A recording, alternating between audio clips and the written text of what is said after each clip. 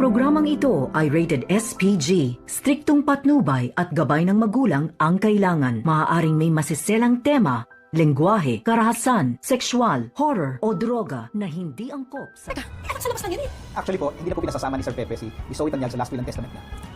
What? Narito na nga ang ating pagkaabangan ngayong Webes sa abot kamay na pangarap. Dito nga na iniwanan ni Justin itong si Giselle habang nag-iisa. At dito rin na sinundan ni Annalyn itong si Justin upang makausap ng masinsinan. At dito na nagbigay ng kaunting payo itong si Annalyn na sana raw ay hindi pa huli ang lahat upang magpatawad at tingnan itong present na dapat ay pagtuunan ng pansin dito ni Justin. At hindi lang iyon, nagbigay pa ng tsokolate itong si Annalyn upang magkakagaan daw sa loob dito ni Justin. At kapag hindi daw niya ito kainin, ay pwede naman niyang ibalik dito kay Annalyn.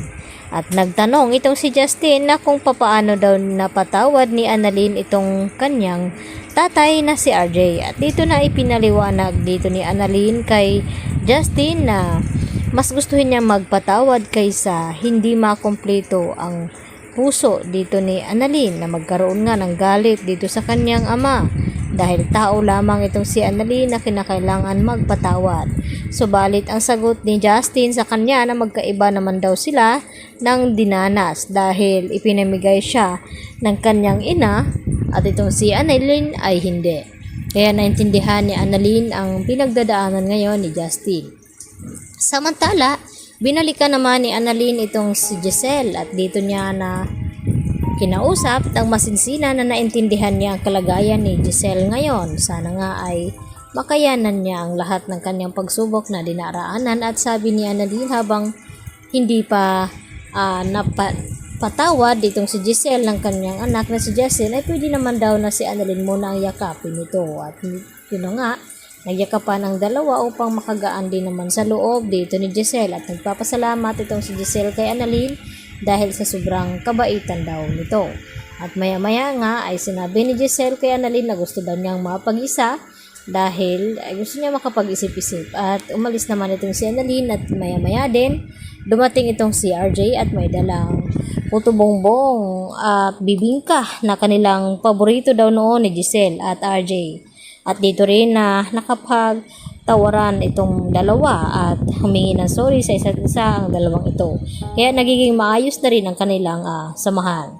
Samantala nakabalik na nga itong si Justin dito sa bar kung saan naghihintay ang kanyang ama at tinanong kung kumusta ang kanilang pag-uusap. At wala namang nangyari daw at dahil hindi pa rin daw lumalambot ng puso ni Justin. At ang sinabi ng kanyang ama na kinakailangan daw nilang pumunta dito sa law office ng kanyang lolo Pepe upang may mahalagang sasabihin daw itong attorney na kinausap na pala noon ni Don Pepe. At laking gulat nga dito ni Moira na makita nga itong anak ni Giselle si Justin na ito daw ang pinamigay. At dito naman natin narayan din ni Justin itong si Moira at dito narinig nila ang sinabi ng attorney na ang kalahating kayamanan daw ni Don Pepe at ang mga ari-arian ay mapupunta daw dito kay Annalyn maliban dito sa Apex Hospital dahil ay kay Justin nga ito mapupunta bilang siya ang bagong may-ari nito. At dito nagulat itong si Moira na kung bakit ay ipinamana ang last will of testament ni Don Pepe dito kay Annalyn na anak naman daw ito sa labas. At dito na sinabi ng attorney ni Don Pepe na tinanggal na daw itong si Zoe bilang tagapagmana ng last will of testament. Kaya nagulat itong si Moira at napasigaw sa galit. Yan ang ating pagkatutukan bukas mga kapuso. Dito lamang yan sa Abot Kamay na Pangarap.